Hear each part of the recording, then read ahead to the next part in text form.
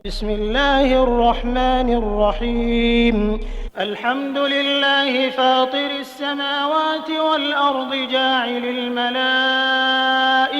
رسلا أولي أجنحة مثنى وثلاث ورباع يزيد في الخلق ما يشاء إن الله على كل شيء قدير. الحمد لله فاطر السماوات والأرض جاعل الملائكة رسلا أولي أجنحة مثنى وثلاث ورباع يزيد في الخلق ما يشاء والصلاة والسلام على نبينا محمد وعلى آله وأصحابه أجمعين. إن خير الكلام كلام الله وخير الهدي هدي النبي محمد صلى الله عليه وسلم وشر الأمور محدثاتها وكل محدثة بدعة وكل بدعة ضلالة وكل ضلالة في النار. إخوة الإيمان السلام عليكم ورحمة الله وبركاته. adúpẹ́ fún Ọlọ́run ọba Allah ọba tí ó dá sánmà àtilẹ̀, ọba yìí náà lọ́ba tó dá àwọn màláíkà. Ọlọ́run dá wọn tán, ó wá ṣe wọ́n lẹ́rú rẹ̀ tí ó máa jọ́sìn fún. Ọlọ́run tó wá rán wọn ṣẹ́, gbogbo iṣẹ́ tọ́lọ́run bá rán wọn yìí Ọlọ́run fi sọlá ni. Ọlọ́run lágbára láti ṣe nǹkan rẹ̀ láì rán màláíkà. àwọn bá fi Ọlọ́run, àwọn màláíkà, Ọlọ́run ọba Allah ó gbé àwọn iṣẹ́ kan kọ́ wọn lọ́rùn nítorí àǹfààní àwọn ọmọ Nábì Adam. Ọlọ́run ọba náà ọba tí ó ṣàlàyé màláíkà fún wa àtàwọn iṣẹ́ tí wọ́n ń ṣe nítorí kálíbà rí orí ayé àtọ̀run. Ọba náà lọ́ba tá a dúpẹ́ fún ọ. ìkẹ́ Ọlọ́run, ọlá Ọlọ́run, àánú Ọlọ́run kó bá Nábì wa Muhammad, kó bá gbogbo àwọn ará ilé àtàwọn sàhábà rẹ̀ àti gbogbo àwọn ẹni rere. èyí tó dáa jù nínú ọ̀rọ̀ téèyàn máa ń gbọ́ òun náà ni ọ̀rọ̀ tí wọ́n bá ń ní sọ tí wọ́n wá ṣàlàyé fún wa pé yín tá ń sọ yìí ó nínú súrà báyìí ló wà, nínú àyà báyìí ló wà nínú Qur'an. ọ̀rọ̀ tó dáa jù nìyẹn. ọ̀rọ̀ tó dáa tẹ̀lé òun náà lọ̀rọ̀ tó jẹ́ pé wọ́n sọ fún wa, ẹ̀sìn ni wọ́n pè é. wọ́n wá ṣàlàyé fún wa pé Ànábì ló sọ nínú hadisi rẹ̀. gbogbo ń tá a bá ti rí nínú al-Qur'an tá a wọnú sunna òjíṣẹ́ ńlá Muhammad sallallahu alaihi wa sallam tá a bá ń bẹ̀, gbogbo bàbá tó bá gbé kalẹ̀, àfa tó bá gbé kalẹ̀, ṣéwù tó bá gbé kalẹ̀, ó gbé kalẹ̀ fúnra rẹ̀, èṣù ló sì bẹ́ńsẹ́. nítorí tá a bá ti pè lẹ́sìn nínú Quran láti máa rí. tá a bá rí nínú Quran á wà lọ́nu hadisi. tí ó bá ti wá sínú méjèèjì wọ́n pè lẹ́sìn mọ́, bídíà ni wọ́n máa ń pè é. ìròrí bídíà, ìjọsìn bídíà, abẹ́lọ́n kọ́lọ́mọ́sá yòókù nínú iṣẹ́ rí ẹnì kọ̀ọ̀kan wa. nítorí àwọn tí wọ́n ń ṣe bídíà náà iṣẹ́ rí náà wọ́n pè. Ọlọ́run sì ní gba àdádálẹ̀ gbogbo yìí tí wọ́n pè lẹ́sìn fún wa. táwa béèrè pé n tẹ́ sọ̀kalẹ̀ yìí nínú àyàwó, wọ́n ní ọ̀sá àyà, hadith ńkọ́, wọ́n ní ọ̀sá hadisi. àdádálẹ̀ ni wọ́n máa ń pè nínú ẹ̀sìn wa. Ànábì ní gbogbo tán bá dálẹ̀ tó wọ́n fọwọ́ sí ànú ni. èèyàn wá ní woko ànú àfikọ́ lè wọná Ọlọ́run, nítorí ó ti fi tànábì lẹ̀, ó ti wá ń ṣe míì. ìmọ̀ ṣe míì lẹ́yìn tànábì ni wọ́n ń pè ní bídíà. kọ́lọ́mọ́sá wọlé àánú ẹni kọ̀ọ̀kan wa, kọ́lọ́mọ́sá sàlékún ìmánì wa, kó sàlékún thabati wa lédè súnà. àwọn tọ́rọ̀ ò ti yé ọlọ́mọ́sá jọrọ̀ òye àwọn náà. àyọ́mayá mi nínú ẹ̀sìn wa, ìta fífẹ́ bá ní sọ̀rọ̀ láàárọ̀ yìí òun náà ni al-malaikatu wa a'maluhum wal imanu bihim wa thamaratuhum. àwọn màláíkà, àmọ́ gbọ́tọ́ ma ní màláíkà malakun, òun náà ni màláíkà kan. al-malaika òun náà ni àwọn ọ̀pọ̀ màláíkà. àmọ́ lọ́dọ̀ àwa Yorùbá màláíkà náà la máa pè ẹyọ kan, màláíkà náà la máa pè èyí tó bá pọ̀. malakun nínú èdè Lárúbáwá ó ní ọ̀kan nínú àwọn màláíkà. al-malaikatu òun náà ni àpapọ̀ àwọn màláíkà. àwọn iṣẹ́ wo ni wọ́n ń ṣe, kí ni Ọlọ́run bá aláàdá wọn fún. lẹ́yìn náà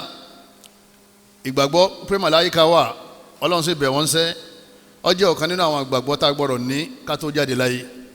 lẹ́yìn náà ẹni bá nígbàgbọ́ náà kí làwọn oore tí ó rí láyé ń bí àtijọ́ alikiyama. abẹ́lẹ́ nínú àánú rẹ̀ àti agbára rẹ̀ ẹni kọ̀ọ̀kan wa kọ́lọ́n bá musa fún wa ní ìgbàgbọ́ tó yè kóró. al-malaikatu khaliqun min khalaiqillah. gbogbo àwa tá a bá jẹ́ mùsùlùmí òdodo ká lè máa yí pé ẹ̀rọ àwọn màláìka yìí ẹ̀dá kan làwọn náà nínú àwọn ẹ̀dá Ọlọ́run ló dá màláìka. àwọn èèyàn àwọn ẹ̀dá màláìka. àwa náà yìí tí wọ́n dá ni wá yìí tí wọ́n dá ò sì lè dá nǹkan kan. gbogbo ohun tí ń bẹ pátá lẹ́yìn Ọlọ́run yìí tí wọ́n dá ni nínú ẹ̀ náà ni màláìka wa. Ọlọ́run wá dá wọn qabla al-insi wal-jinn. Ọlọ́run dá wọn kó tó dá àwọn àlìjànú. Ọlọ́run bá dá wọn kó tó dá àwọn ọmọ èèyàn. ló ṣe jẹ́ pé Allah subhanahu wa ta'ala ìgbà dá anabi Adama tán ẹ̀rí tó ní káwọn màláíkà kan fèrí kanlẹ̀ fún ìfèrí kanlẹ̀ lẹ́yìn ìfèrí kanlẹ̀ ti kíkí ni nígbà náà kọ́lọ́hún tó wá parẹ́ ká má ṣe bẹ́ẹ̀ mọ́. àwọn màláíkà ti wà kọ́lọ́hún tó dá anabi Adama ẹ̀rí pé gbàtọ́ lọ́wọ́ bá sọ fún àwọn màláíkà gan pé mo fẹ́ dẹ́ẹ̀dá kan ẹ̀dá wo lọ fẹ́ dá àwọn tí wọ́n máa balẹ̀ jẹ́ Ọlọ́run wa ni mo mọ̀ tẹ́ mà Ọlọ́run padà wá dá Ádámà a jẹ́ pé àwọn màláíkà ti ń bẹ káànábì Ádámà ò tó dé ẹ̀yọ́ máa yá mi nínú ẹ̀sìn wa wal imanu bi wujudihim wajib dandan ni ká gbà pé àwọn màláíkà wà gbogbo ẹni tí ọba lóun gbọ́ Ọlọ́run bá gbọ́ òun gba ànábì gbọ́ òun sì gba àwọn òjíṣẹ́ Ọlọ́run gbọ́ òun gba tírà gbọ́ kádàrá òun gbọ́ òun gbọ́ ọjọ́ kíyámà gbọ́ àmọ́ wọn gba màláíkà gbọ́ wọ́n ní kò gba gbogbo ẹ̀gbọ́ náà ni gbogbo ìtọ́gbàgbọ́ yẹn àìgbàgbọ́ la máa kà á sí.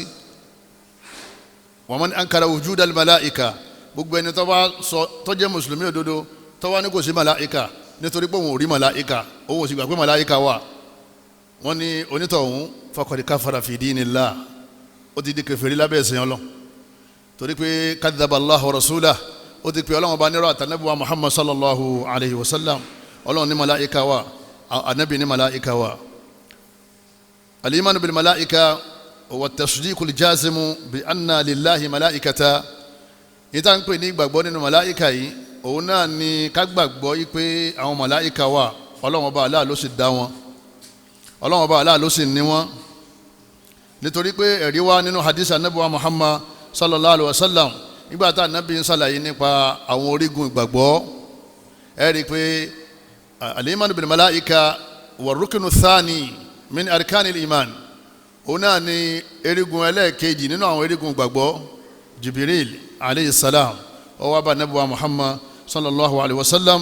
ó wá ń bèèrè pé akhbirni anil iman rí ànábì mẹ́sà ìsàlàyé fún mi kí là ń pè ní gbàgbọ́ kí lè yàn ó gbàgbọ́ tó fi di onígbàgbọ́ ànábì ní an tu'mina billah ọgbà aláàgbọ́ pálá ń bẹ wa malaikatihi ọgbà màláìka gbọ́ ẹ̀rìn tó bá ti gba màláìka gbọ́ ọgbà aláàgbọ́ náà ni torí Allah sọ pé màláíkà wà tí wọ́n bá ti wá pọ̀ lọ́ọ̀ nírọ́ a jẹ́ pé ọ̀gbọ́lọ́ngbọ́ nìyẹn wa kutubihi ọgbà àwọn tírà gbọ́ wa rusulihi ọgbà àwọn òjíṣẹ́ gbọ́ wal yawmil akhiri ọgbà jọ́ gbẹ̀yìn ọgbà gbọ́ wal qadar ọgbà kádàrá gbọ́ khairihi wa sharrihi bóyá èyí tí ibomi lójú yàn àti èyí tí wọ́n máa pa ní lẹ́rìn kádàrá méjì ló wà jàmá ẹ má jẹ́ dàrú bó bá ti rẹ́rìn máa retí kejì tó bá ti sunkún máa retí kejì méjèèjì jọ rìn ni nǹkan mẹ́fà àlànàbí dárúkọ mẹ́yẹn ẹlẹ́ẹ̀kejì òun náà ni al-imanu bil malaika ìgbàpá àwọn màláìka wà Ọlọ́run Ọba Allah ló dá wọn Ọlọ́run Ọba Allah sì rán wọn ń sẹ́ ru'yatuhum rírí àwọn màláìka yìí ǹjẹ́ alẹ́ rí wọn akhfa Allahu ru'yatahum ala jami' khalqihi illa an-nabiyya sallallahu alayhi wa sallam wọ́n ní ala suratil haqiqa bí màláìka ṣe rí gẹ́lẹ́ wọn lọ́wọ́ òfin hàn nìkan kan nínú gbogbo àwọn ẹ̀dá rẹ̀ lẹ́yìn anabuwa Muhammad sallallahu alayhi wa sallam bọ́lọ́n ṣe dá màláìka tí wọ́n ní ìyẹ́ bó ṣe rí gẹ́lẹ́ anabi nìkan lọ́lọ́n fi hàn sallallahu alayhi wa sallam Ọlọ́hun Ọba Allah subhanahu wa ta'ala ó fi hàn nabi níjọ́ àkọ́kọ́ tí wọ́n kọ́kọ́ mú mẹ́sẹ̀jì wá fún nabi tá nabi ń bẹ ní gáàrù Hira màláìka Jibril yọ sáà nabi bó ṣe rí anabiwa Muhammad sallallahu alayhi wa sallam anabi rí ẹlẹ́ẹ̀kejì tá anabi tún rí Jibril bá a ṣe dá gẹ́lẹ́ òun náà ni ìgbà tí ó lọ sí sánmà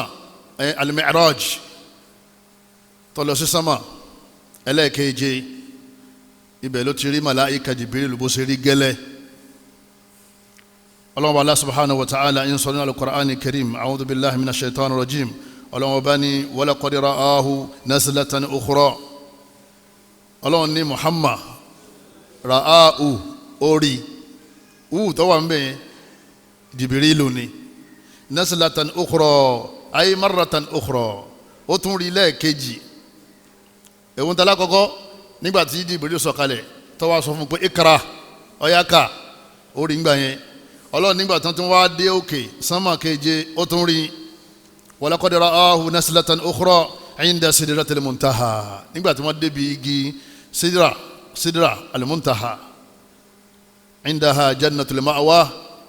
lẹ́gbẹ̀ẹ́ bẹ̀rẹ̀ aljanna ti bẹ̀rẹ̀ ó sì jẹ́ pé ẹ̀ẹ̀mejì lànàbí rí Jibril màláìka bá ṣe dáa ànábì ní òun rí báyìí ìyẹ́ Allahu akbar 100 ìlọ́wà lára rẹ̀ khuliqati al-malaika mimma khuliqati al-malaika àwọn màláìka tá wá wí bó la ṣe dá wọn Ọlọ́run bá Allah subhanahu wa ta'ala òun ló dá wọn khuliqati al-malaikatu min nur adá wọn látara mọ́lẹ̀ kama thabata fi hadithi ummina Aishata radiyallahu ta'ala anha gẹ́gẹ́ bí ó ṣe wá níbi àdísì ìyàwó Aisha kọlọmọ́sàbà yọnu sí wọn qaulati wọ́n sọ pé wọ́n láwọn gbọ́ta nábi sọ pé khuliqati al-malaikatu minan nur adá àwọn malaika látara ìmọ́lẹ̀ ta ni ànábì rí fásí Allah khuliqati ay khalaqaha Allah adá àwọn malaika adá wọn látara ìmọ́lẹ̀ khuliqati al-malaikatu minan nur adá wọn màláíkà látara àmọ́lẹ̀ wa khuliqal jannu min mariji min nar a sì dá àwọn àlìjànú látara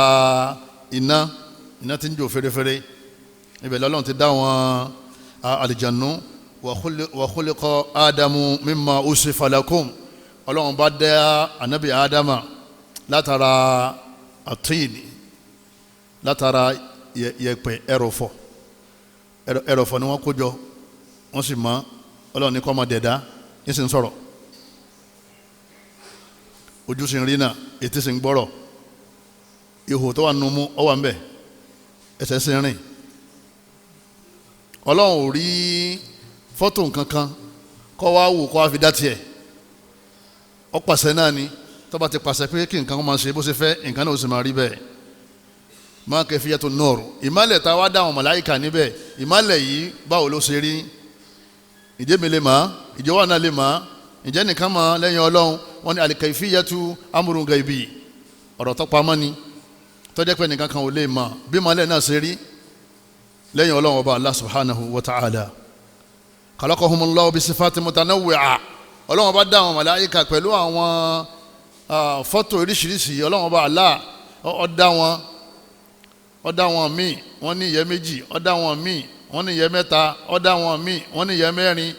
ó dá wọn míì wọ́n tún ní jù bẹ́ẹ̀ lọ àmọ́ Jibrilu 100 tiẹ̀ nígbà míì ọlọ́run ọba Allah tún máa yí wọn padà tí Jibrilu tí wọ́n máa bọ̀ pẹ̀lú bá ṣe dá ń balẹ̀ báyìí yọ́dà gẹ́gẹ́ bí ọkùnrin kan tí ń rìn bọ̀ ni yọ́dà bí èèyàn kìí sì ṣe èèyàn wọ́n sì yáàyè púpọ̀ wọ́n fáyìn púpọ̀ ọlọ́run dá wọn wọ́n bá wà níwà màláíkà wọn wọ́n yáàyè gan wọ́n bá wà níwà èèyàn wọ́n yáàyè gan ló sì jẹ́ pé gbàtà àwọn sàhábà jókòó wọ́n ní baynama kunna ma'a rasulillahi sallallahu alaihi wasallam àwa pẹ̀lú ànábì idh tala'a alayna rajul arákùnrin kan bá yọ sí wa shadidu bayadi thawb aṣọ rẹ̀ funfun báláw shadidu sawadi sha'ri irun rẹ̀ náà dúdú idh tala'a alayna rajul wọ́n ní arákùnrin kan kìí sì ṣe ọkùnrin àwọn màláíkà yìí sọkùnrin àwọn màláíkà yìí sọbìnrin àmọ́ Ọlọ́run bá Allah máa yí wọn padà nígbà míì tí wọ́n dà gẹ́gẹ́ bí ọkùnrin Ọlọ́run bá Allah wọn yẹra rẹ̀ nínú al-Qur'an nínú Suratul Fatir tọ́lọ́run ti ń sàlàyé nípa pé màláíkà òun lòun dá o kò sẹ́nìkan tí dá màláíkà o kò sẹ́dá kan tí dá màláíkà òun fúnra òun lòun dá Ọlọ́run bá ní alhamdulillah ọpẹ́ fún Ọlọ́run bá wa fatiris samawati wal ard ọba tó dá sámà tilẹ̀ ja'ilil màláíkà ọba yìí náà òun ló dá àwọn màláíkà ó wá ṣe wọ́n ní rúṣùlà àwọn òjíṣẹ́ tọ́lọ́wọ́n mọ̀ràn wọn ṣẹ́ káàkiri uli ajinaha ọlọ́wọ́n bá ní wọ́n níyẹ́ àwọn màláíkà ọlọ́run dá wọn pẹ̀lú ìyẹ́ torí wọ́n máa fò nígbà àwọn òyìnbó tí wọ́n fẹ́ ṣe pléènì táwọn náà bá fi ọwọ́ méjèèjì sí kò lè fò ẹ rí i pé àwọn náà ṣe bí ẹyẹ ni uli ajinaha ọlọ́run bá láwọn màláíkà wọ́n ní ìyẹ́ mathna ẹlòmíì ìyẹ́ méjì ń tiẹ̀ wa thulatha ẹlòmíì ìyẹ́ mẹ́ta ni wa ruba' ẹlòmíì ìyẹ́ mẹ́rin ni yazidu fil khalqi ma yasha ọlọ́run bá ní bàbá wo wọn ọlọ́run òun ti ní kí tẹlómi náà jù bẹ́ẹ̀ lọ inna Allaha ala kulli shay'in qadir ọlọ́run ọba yìí ọba alágbára ni ọlọ́run ọba alágbára lérí gbogbo nǹkan àwọn màláíkà tọ́lọ́run ọba dá yìí ẹ̀dá ọlọ́run ọba ni wọ́n tóbi ọlọ́run ọba Allah sì bẹ̀ wọ́n sẹ́ atahumullahu al-qudrah ọlọ́run ọba Allah subhanahu wa ta'ala ó fún wọn ní agbára láti yí padà ó fún wọn ní agbára láti yí padà azamatuhum bí wọ́n ṣe wá tóbi tó yìí wọ́n ní wọ́n tóbi débi pé nígbà tá ànábì ń ròyìn ọ̀kan náà àwọn màláíkà nínú àwọn tó gbé àláràṣí lọ́wọ́ ànábì ní innama bayna shahmati udhnihi ila atiqihi masiratu sab'imi'ati sana ànábì láàrin etí màláíkà kan báyìí ẹ̀rí shahmani ànábì láàrin etí àti èjìká ibi tí màláíkà gadé bẹ́yẹn bá rìn bẹ́ẹ̀ èyí ò rìn 100 ọdún ṣahama àtìkè láti bí síbí tẹ́yìn bá rìn yọ́ máa rìn lọ 100 ọdún kìíní ìkejì kẹta 100 ọdún 700 ọlọ́mọsẹ̀ ṣàánú wa 700 100 lọ́dọ̀ méje ọdún tó nígbà tó rí báwọn nígbà tó dé pé láàrin etí rẹ̀ sí èjìká rẹ̀ ni ogun tó báwọn bóòlù náà wá tó bó màláíkà gan wá tó fún rẹ̀ báwo ni màláíkà gan báwo ló ṣe wá tó ló ṣe jẹ́ pé kò sẹ́nìkan tó lè dá màláíkà ọlọ́run ní ń dá nǹkan rẹ̀ azamatuhum àwọn màláíkà tóbi gan adadul màláíkà wọn láwọn màláíkà tá a wá wì wọ́n ní mélòó ni wọ́n ẹ̀dákun ta ló máa yẹ wọn ní àwọn tá a jókòó lẹ̀ ta ló máa yẹ wọn nínú àwọn tá a ń gbọ́ mi wọ́n ní la ya'lamu al-adada illa Allah ẹnìkan ọmọ yẹ màláíkà tó wà lérí ilẹ̀ lẹ́yìn ọba tó dá wọn nìkan ló fi ń sọ fún wa pé wa ma ya'lamu junuda rabbika illa hu ọlọ́wọ́n bá ní kò sẹ́nìkan tó mọ òkà àwọn ọmọ ogun mi lẹ́yìn mi nìkan àfa àti wọn wù sábì ẹni kọ́ wá sọ àfọ oníyẹpẹ àfọ ntúrọ́ọ̀bù ẹni kọ́ wá sọ nígbà òní gbogbo nǹkan lòún mọ̀ ẹni kọ́ wá sọ àdàdé àmàláìkà anabi wa Muhammad sallallahu alayhi wa sallam anabi ní àwọn màláìkà pọ̀ gan sánmà ni wọ́n sì ń gbé àfẹ̀yí tọ́lọ́wọ́n bá fẹ́ rán wá sí rí ilẹ̀ kọ́ wá ṣiṣẹ́ kan nínú àwọn aṣẹ́ tọ́lọ́wọ́n bá alábàgbé fún wọn lẹ́yìn náà àwọn màláìkà tọ́lọ́wọ́n ní káwọn náà kí wọ́n sọ̀kalẹ̀ tí wọ́n bá ti bí ọmọ àwọn méjì sọ̀kalẹ̀ ọ̀kan dúró lápò ọ̀tún ọ̀kan dúró lápò òsì lásìkò tọ́mọ bá ti bàlágà tí wọ́n máa kọsẹ́ rí ọ̀kan máa kọsẹ́ bú òkè gangan nílé wọn àfẹ́yí tọ́lọ́wọ́n bá rán wá sàlẹ̀ pé kọ́ wá ṣiṣẹ́ kan sàlẹ̀ wọ́n ní wọ́n pọ̀ débi pé níjọ́ kan anábì sallallahu alaihi wasallam anábì ní inni ara ma la tarawun èmi rí ń tẹ́rí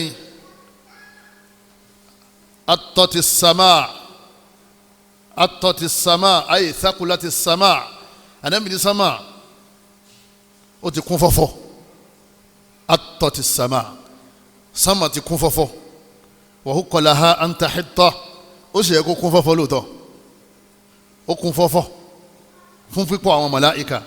ma fi mawdi'u arba'i asabi'a illa wa malakun wadi'u jabhatahu sajidan lillahi ta'ala Ànábì ní kò síbi tí ìka mẹ́rin lè wọ̀ nínú sámà kò sáyè fún ìka mẹ́rin nínú sámà kò sáyè fún ìka mẹ́rin nínú sámà nítorí pé àwọn màláìka ti kún bẹ̀ fọ́fọ́ àwọn màláìka tá a wí yìí wọ́n fẹ́rí kalẹ̀ wọ́n yin Ọlọ́run wọ́n ń ké Ọlọ́run wọ́n wá pọ̀ débi pé wọ́n fún débi pé kò sí ibi tí ìka mẹ́rin lè wọ̀ téèyàn bá kì í bọ̀nu sánmà sọ̀rọ̀ pé màláìka pọ̀ gan wọ́n sì wá pọ̀ tó yẹ kò sẹ́nìkan tó máa yẹ wọn lẹ́yìn Ọlọ́run ọba wa ẹ̀yọ́ màyá mi nínú ẹ̀sìn wa lára pípọ̀ wọn anabi wa Muhammad sallallahu nígbà tó lọ al-Mi'raj tánàbí lọ sókè sámà tó wọn àti Jibril tánjọ lọ al-Mi'raj yẹn haqqun wa man ankara dhalika faqad kafar wa ankara as-salah. al-Mi'raj al-Isra wal-Mi'raj ikú láti Maka lọ sí al-Masjid al-Aqsa tí anabi rìn òru òótọ́ ni láti al-Masjid al-Aqsa lọ sí sámà keje tí Jibril tó máa anabi lọ hakun òótọ́ ni ẹni bá pe nírọ́ yóò sì jáde kó nu Islam lẹ́yìn náà yóò sọ fún wa pé ìrun táǹkì yìí kò nípìlẹ̀ nítorí pé ìrun táǹkì àtòkè sámà ni wọ́n ti gbà wá Ọlọ́run sọ fún anabi kọ́ wá gbà wá wọ́n ní ìgbà anabi dé òkè lókè lọ́hùn lókè sámà keje anabi wá débi al-Baytul Ma'mur wọ́n ní ilé ńlá kan ni Ọlọ́run ló kọ́ nǹkan rẹ̀ síbẹ̀ anabi ní fa idha huwa yadkhuluhu fi kulli yawmin 70,000 malakin anabi ní àwọn 70,000 malaika ni wọ́n wọnú Baytul Ma'mur al-Baytul Ma'mur wọ́n kí Ọlọ́run wọ́n fẹ́rí kanlẹ̀ fọ́lọ́run wọ́n sin Ọlọ́run wọ́n gbọ́ Ọlọ́run tóbi àwọn 70,000 wọ́n jáde anabi ní wọ́n mọ̀ wá lọ bẹ́ẹ̀ la ya'uduna ilayhi akhiru ma alayhim wọ́n láwọn tó kọ́kọ́ wọbẹ̀ nígbà wọ́n wọbẹ̀ anabi ní wọ́n lọ lè tó tọ́nù ìgbà wọ́n fi wá dé tó tọ́nù tó fi padà wá kàn wọ́n padà torí 70,000 ni wọ́n máa lọ táwọn kan bá ti ń jáde àwọn kan máa wọlé ní àwọn màláìka àwọn kan tó jáde àwọn kan tó wọlé 70,000 màláìka ni wọ́n máa wọlé ni wọ́n máa jáde wọ́n láwọn tó kọ́kọ́ jáde yẹn wọn ò ní láǹfààní láti wá wọlé míì mọ́ tọ́lọ́run fi payé rẹ̀ yóò máa wù wọ́n pé tó àwa lọ́kàn o ìgbà tó fi kàn wọ́n Ọlọ́run ní tó ilé ayé ti parẹ́ ẹ wá sí màláìka àwọn màláìka tá a wá wí kì í ṣe pé àwọn tó wọlé lánàá náà wọ́n wọlé lé ní o níta nàbí sàlàyé nìyẹn o ọ̀tọ̀ làwọn tó wọlé lánàá ọ̀tọ̀ làwọn tó wọlé lé ní ọ̀tọ̀ làwọn tó wọlé lọ́la ọ̀tọ̀ làwọn tó wọlé ní wákàtí kọ̀ọ̀kan tó lọ́n bá bù fún wọn àwọn màláìka pọ̀ gan wọ́n sì ń sin Ọlọ́run la yakulun àwọn èjẹ wàlá yashrabun àwọn èémú wàlá yanamun àwọn èésùn àwọn tá a wí yìí kò sí kankan tí wọ́n ń ṣe la ya'suna Allaha ma amarahum àṣẹ Ọlọ́run ni wọ́n ń tẹ̀lé yusabbihuna lillah wọ́n máa ń ṣe subhanallahi fún Ọlọ́run àwọn tá a wí yìí wa yaf'aluna ma yu'marun nítorí bá ti pa wọ́n láṣẹ pọ́kàn ẹ̀ lè ṣe báyìí àwọn ń bá a lọ nìyẹn Ọlọ́run bá ní yusabbihuna al-layla wan-nahara Ọlọ́run ní ẹ̀rọ àwọn màláíkà gbogbo òru tí wọ́n subhanallah wa bihamdihi subhanallah al-azim subhanallah subhanallah wa bihamdihi ní táwọn máa pariwo nìyẹn gbogbo ọ̀sán tí wọ́n máa pariwo la yafturun ìtumọ̀ ni pé kò ní sún wọn la yamallun kò ní rẹ̀ wọn wọn ò sì ní dúó wọn ò ní ṣe àsìkò kan tí wọ́n fi dúó abẹ́lẹ́ wọn nínú àánú rẹ̀ kọ́lọ́hún kọ́mọ́sá sàwánà ní ẹlẹ́sìn rẹ̀ kọ́lọ́hún bá aláàkó fún wa nígbàgbọ́ tí ó yanrantí wọ́n ní àwọn màláíkà táwí àwọn ni wọ́n pè ní zuwaru al-baytil ma'mur àwọn tí wọ́n lọ lè bẹ ilé Ọlọ́run bá wò báwa ṣe jẹ́ zuwaru baitul atiq táwa bá lọ Mákà àwọn ṣe tàwáfù àbí àwọn tí wọ́n náà ń bẹ lókè àwọn tí wọ́n wá ní kò sígbà tí ibẹ̀ máa ń dá nígbà COVID-19 dé táwọn ò lè lọ àwọn ń ṣiṣẹ́ kò sí kankan tí ń dí wọn lọ́wọ́ àwọn ò ní mú bísínẹ́sì kankan wọ́n yé jẹ wọ́n yé mú wọ́n yé fẹ́yàwó wọ́n yé bímọ wọ́n yé kọ́lé ntọ́lọ́ ń dá wọn fún nìyẹn ló fi mọ̀ wọn ara rẹ̀ ipe iṣẹ́ táwọn màláíkà ń ṣe ojú tiẹ̀ lọ alikiyamu bi amúri khalikillah nínú àwọn iṣẹ́ tí Ọlọ́run bá aláà torí ẹ̀ dá àwọn màláíkà òun náà ní pé ká mójú tọrọ wa wakala Allahu Jibril bil wahyi wadha'ifuhum nínú àwọn iṣẹ́ tọ́lọ́run fún àwọn màláíkà Ọlọ́run gbé màláíkà kankalẹ̀ pé ìwọ Ọlọ́run mú mẹ́sẹ̀jì mi lọ lè bá àwọn ànábì Ọlọ́run òun náà ní Jibril Ọlọ́run sọ tó bá ti sọ tán wọ́n ní ìgbà tọ́lọ́run bá ń sọ lọ́wọ́ Jibril yọ ba búbú sílẹ̀ ni bí ìgbà tẹ́yìn bá parẹ́ mọ́lẹ̀lẹ̀ bọ́lọ́run bá wá sọ̀rọ̀ tán yọ wá nàró yọ wá fò ńlọnu gbogbo àwọn ànábì Ọlọ́run tọ́lọ́run bá rán sí ńlọlẹ̀ jíṣẹ́ nìyẹn nígbà míì tó bá lọ bẹ́ẹ̀ yóò lọ nílò màláíkà gẹ́gẹ́ bá ti sọ síwájú nígbà míì sì ní bọ́bá ti ń bọ́ sí erilẹ̀ báyìí yóò yẹra padà yóò di arákùnrin kan yóò lọ lè jíṣẹ́ fún àwọn ànábì Ọlọ́run. minhum man wakala Allahu malaka Mikail bil qatri wan nabat. Ọlọ́run gbé Mikail dìde pé wọ́n Mikail wọ́n ti máa mójútó gbogbo òjò tí ó máa rọ̀, èmi ní rọ̀jò, ìwọ sá máa mójútó. Ibi tó máa ti ní ká darí ẹ̀ sí ibẹ̀ náà ní ká máa darí ẹ̀ sí. Òjò tí ó rọ̀ lágége tí ò ní dé láńbẹ́, àwọn eléyìí sí wọn gbọ́dọ̀ sí òjò darí. Òjò tí ó rọ̀ lẹ́kọ̀ọ́ tí ò ní rọ̀ Ìbàdàn. Lẹ́yìn náà wà nabat, gbogbo àwọn orúgbìn wa ti ń jáde, àwọn Mikail àtàwọn yòókù rẹ̀ lọ́wọ́ ń bẹ̀. Mikail àtàwọn yòókù ẹ̀ ẹ máa mójútó iṣu ọgbọ́dọ̀ jẹ́ra, ẹ máa mójútó àgbàdo, nǹkan kan gbọ́dọ̀ ṣe, ẹ máa mójútó gbogbo àwọn ewébẹ̀, gbogbo tá à ń jẹ pátá àwọn màláíkà kan wà ń bẹ̀, àwọn ń ṣiṣẹ́ lábẹ́ Mikail. Ọlọ́run lè dáṣe nǹkan yẹn o, kí mo sọ ń bẹ̀rẹ̀ ọ̀rọ̀, Ọlọ́run ọba fi sọlá, bọ́bá náà wọ́n ń ṣe fi sọlá ni o, torí pé táwọn màláíkà ò tí ì dé Ọlọ́run sọlá yín sì ń bẹ tẹ́nìkan kan ràn lọ́wọ́. Nínú àwọn màláíkà Israfilu, Ọlọ́run ọba ọ̀pọ̀ àwọn láṣẹ pé ìwọ Israfilu tí wọ́n fẹ́ payé rẹ́ ìwo tó wà lọ́wọ́ rẹ̀ yẹn Ọlọ́run gbé asúrù fún asúrù, ó sì ti gbé lọ́wọ́ báyìí, ànábì ni ó ti wà lọ́wọ́ ẹ̀, nǹkan retí àṣẹ ni. tọ́lọ́run bá ti ní Israfilu ọ̀yá o èdè mo fẹ́ payé rẹ́ o, yọ kàn gbé bẹnu po fún báyìí, bí ohun yẹn bá ṣe ń lọ ayé sì máa parí lọ, òun dúró tó ń retí àṣẹ. bó ṣe mi tó wà náà òun náà ń sàfọ̀mọ́ fọlọ́wọ́n bá ní. wakala Allahu malakal mauti bi qabdil arwah, malakul maut Ọlọ́run gbé wọn náà dìde ipe wọ́n ní kó máa gbẹ̀mí àwọn ọmọ Ànábì Ádámà, máa gbẹ̀mí wọn lọ́kọ̀ọ̀kan, wọ́n ní kó máa gbẹ̀mí wọn. òun náà tó wá láwọn àwánuhu ọláwọn tí ń bá a ṣiṣẹ́ tó jẹ́ pé tó fẹ́ gbẹ̀mí ní India, wọ́n fẹ́ gbẹ̀mí ní Amẹ́ríkà, ní London, ní Paris, ní Germany. yọkàn sọ fún àwọn ọmọ rẹ̀ tó wà lọ́hùn pé tó ẹ̀yin màláíkà tẹ wà ń bẹ̀ yẹn ẹ lè pa Ibrahim, ẹ lè pa Kàfáyà, ọgbọ́dọ̀ dárọ̀ la àsìkò ẹ ti tó. ibi òun náà bá sì wà òun náà máa gbẹ̀mí àwọn tí bá wà ní kàràkàrà bẹ̀. tó sì jẹ́ pé àwọn màláíkà tá a wí wọ́n ń ṣiṣẹ́, Ọlọ́run tó fún wọn láwọn màláíkà tí wọ́n jọ ń ṣiṣẹ́ papọ̀. kọlọmọsẹ jẹ arágùn lẹmí ẹsìn, kọlọmọjẹ àti lọ nísìn, kọlọmọba alá kọmọsẹ fún wa láti bọ̀ tán dáadáa. àwọn màláíkà kan bẹ tó jẹ́ pé Ọlọ́mọba alá ó wà kálá wọn, ó gbé wọn dìde ipe ẹ̀yin ní kẹ́ ẹ máa ṣọ́ àwọn ọmọ Nábì Ádámà, ẹ máa mójútó wọn, tí wọ́n bá sùn ẹ máa mójútó wọn, tí wọ́n bá rìn ẹ máa mójútó wọn, tí wọ́n bá ń gòkè ẹ máa mójútó wọn, tí wọ́n bá ń lọlẹ̀ ẹ máa mójútó wọn. àwọn màláíkà yẹn àwọn kan dà sílé ayé, wọ́n pọ̀ rẹpẹtẹ, wọ́n máa gáìdì ẹ. nígbà míì ló pé ó kù díẹ̀ kí n sì já sínú kòtò yẹn, ẹsẹ̀ mi sì yẹ, ìwọ kọ́ yẹ, màláíkà ló yẹ. ìbẹ̀ náà màláíkà tó dé pé Ọlọ́run bá aláà ń fi ń sọ wa, ọmọ lè jábọ́ látòkè látòrí bẹ́ẹ̀dì, yóò sì jábọ́ yóò sì ra sùn jẹ́jẹ́. láàárọ̀ nìyá rẹ̀ ọmọ wa pé ọmọ òun dà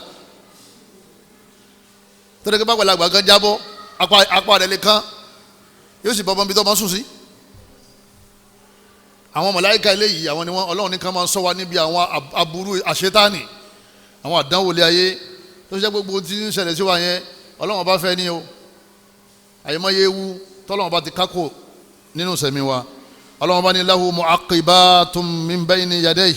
Ọlọ́run bá ní àyèmáyé àwọn tá a ní kí wọ́n máa tẹ̀lé yín, wọ́n máa bẹ wájú yín, wa min khalfihi wọ́n máa rìn lẹ́yìn yín, yahfazunahu min amrillah ay bi amrillah, wọ́n máa wá ṣọ́ yín pẹ̀lú àṣẹ tọ́lọ́wọ́n bá aláàpá wọn látòkè sánmà. bọ́ọ̀ bá ń lọ wọn wájú rẹ, tọ́ọ̀ bá ń lọ wọn bẹ lẹ́yìn rẹ. abẹ́lẹ́ wọn kọ́lọ́ mọ́sàdí á dúpẹ́ fọlọ́hún. ànábì ló sọ ilé àyà Quran ń bẹ nu wọn tó jẹ́ pé àníkà wọn kí wọ́n máa kọ́ṣẹ́ bú kí wọ́n máa kọ́ṣẹ́ rí. gbogbo ẹ̀dá kọ̀ọ̀kan tó bá ti bàlágà láàfin màláíkà méjì méjì, ọ̀kan máa kọ́ṣẹ́ bú kiraman katibin ya'lamuna ma taf'alun. Ọlọ́run ní àwọn alákùnrin kan bẹ tá a yàn fún yín, òun náà làwọn màláíkà, gbogbo tẹ́ ń ṣe ni wọ́n mọ̀, kò sí tẹ́ ń ṣe tí wọ́n mọ̀. wọ́n máa kọsẹ̀ rí lẹ̀, èyí tí ń bẹ lápò ọ̀tún, èyí tí ń bẹ lápò òsì yóò máa kọsẹ̀ bú lẹ̀.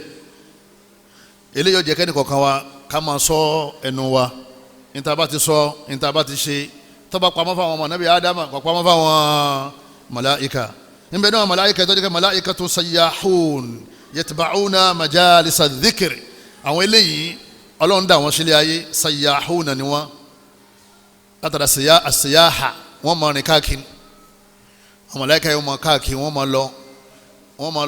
máa lọ káàkiri gbogbo àdúgbò gbogbo ìlú kí ni wọ́n wá káàkiri halaqat dhikri wọ́n máa wá mọ́sálásí tí wọ́n ti ń sọ̀rọ̀ ọlọ́run kì í ṣe mọ́sálásí tí wọ́n ti ń dá wákà o kì í ṣe mọ́sálásí tí wọ́n ti ń ṣẹ̀fẹ̀ tí wọ́n ti ń rẹ́rìn àárín bomi lójú mọ́sálásí tí wọ́n ti ń rán àwọn létí ọlọ́run tí wọ́n ń ka alukur'an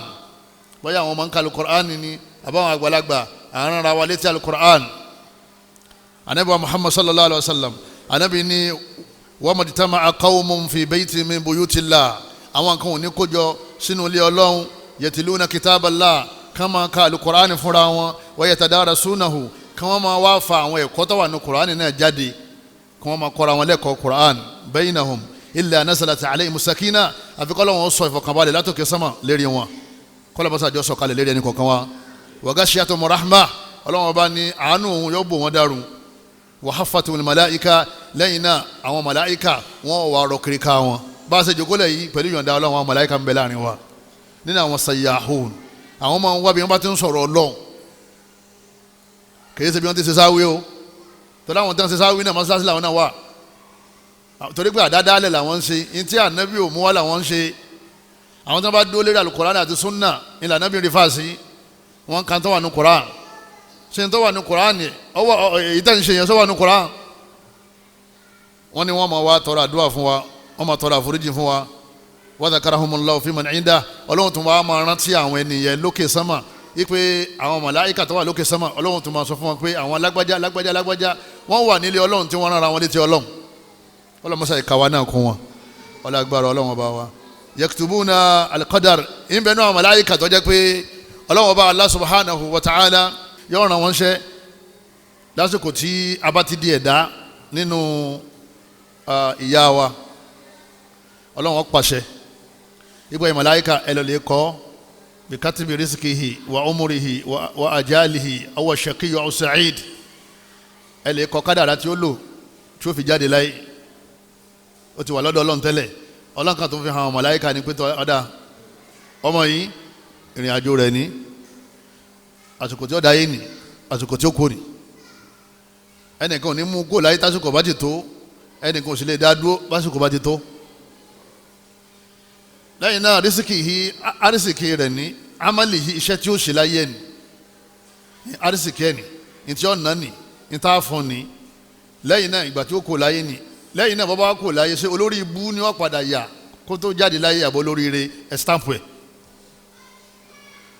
náfi ní ẹni kọ̀ọ̀kan wa Allah ni ká máa bẹ̀ kádàrá wa ọwọ́ ẹ̀ lọ́wọ́ òun náà ló lè yí padà tó bá wù kò sẹ́ni ó lè yí wa khalaqa kulla shay'in faqaddarahu taqdira ọlọ́run bá ní gbogbo nǹkan ibi mọ́dá mo sì lẹ kádàrá gbogbo nǹkan máa la àbẹ̀ọ́ ìwọ ọlọ́run ọba Allah kọ́lọ́mọ́sá ìsọ̀rọ̀ wa nírọ̀rùn níbi náà màláíkà tó jẹ́ pé àwọn gbé aláràṣí lọ́wọ́ aláràṣí ni wọ́n gbé dání aláràṣí tó ń wà lókè sánmà keje wọ́n gbé dání wọ́n pọ̀ rẹpẹtẹ iṣẹ́ tí wọ́n nìyẹn wọ́n ti gbé lọ́wọ́ yẹn bí wọ́n ti ń kí ọlọ́run ọba mẹ́wàá ni wọ́n mọ̀ kí mẹ́sàn-án níbi náà màláíkà al-muwakkalu bil jibal òkè lání káwọn wà lókè al-jibal tó sì jẹ́ pé ńgbà tí anabi wa Muhammad sallallahu alayhi wa sallam tí wọ́n lé anabi Jibril ó wá bá anabi wa Muhammad sallallahu alayhi wa sallam yìí wọ́n sọ fún anabi pé sẹ́wọ̀n pé Jibril ò ní jáde àfi kọ́jẹ́ pọ́lọ́ lọ́ránṣẹ́ ọlọ́run fẹ́ fi dá anabi wò Jibril wá sọ fún anabi pé tó bá wù ọ́ màláíkà tí ń sọ òkè tó wà lábẹ́rẹ̀ yẹn sọ fún ìṣíta tó bá wù ọ́ ó ti bí kọ́ alayhimul akhshabayn tó bá wù ọ́ kí màláíkà yẹn kó sún àpáta tó wà níbẹ̀rẹ̀ ìlú Maka àti àpáta tó wà níparí Maka sábà pé gbogbo àwọn Quraysh àwọn ọ̀tá àwọn kùfàr gbogbo wọn ń bẹ ní àárín àpáta méjèèjì tó bá wù ọ́ sọ fún màláíkà yẹn kó sún àpáta náà kó sún mọ́ra wọn bí wọ́n ti ń sún mọ́ra wọn kí náà máa ṣẹlẹ̀ jama ilé wọn máa wó àwọn náà máa kú títí tí wọ́n fi parẹ́ pátápátá Jibril sọ fún Ànábì bẹ́ẹ̀ ó já mọ̀ pé màláíkà tẹ́ ń sọ òkè gbogbo òkè ni wọ́n wà Ànábì wa ń sọ fún Jibril pé táwọn eléyìí ọba gba Islam la'alla Allaha an yukhrija min aslabihim man yaqulu la ilaha illallah. ó lè jẹ́ pé ní àwọn ọmọdọ́ ó lè jẹ́ pé àwọn àrọ́mọdọ́mọ wọn padà gba la ilaha illallah. Allahumma hidi qawmi fa innahum la ya'lamun. ọlọ́run máa ń fọ̀nà mọ́ àwọn ìjọ mi torí pé wọ́n mọ̀ ni. ló sì jẹ́ pé àfọ̀ gbọ́dọ̀ máa ṣépè. èèyàn lóhun jíṣẹ́ ọlọ́run wọ́n ń ṣépè láwọn tí wọ́n fẹ́ sọ̀rọ̀ ọlọ́run fún. ìpè ọlọ́run ní jẹ́ sóríire, ọlọ́run ní jẹ́ gbà tẹ́ fi wọná. iṣẹ́ ìpèpè nìyẹn. èmi rò pé wọ́n máa ń pèyàn pé ọlọ́run fi yín mọ̀nà ni wọ́n máa ń sọ. ló sì jẹ́ pé nínú àwọn táàfin mọ misifati ad-du'atil mukhlisin, àwọn tí wọ́n pèpè sójú ọ̀nà ọlọ́run ọba tòótọ́, wọ́n máa pè àwọn ènìyàn lọ́sàn-án, wọ́n máa ṣàdúrà fún wọn lóru.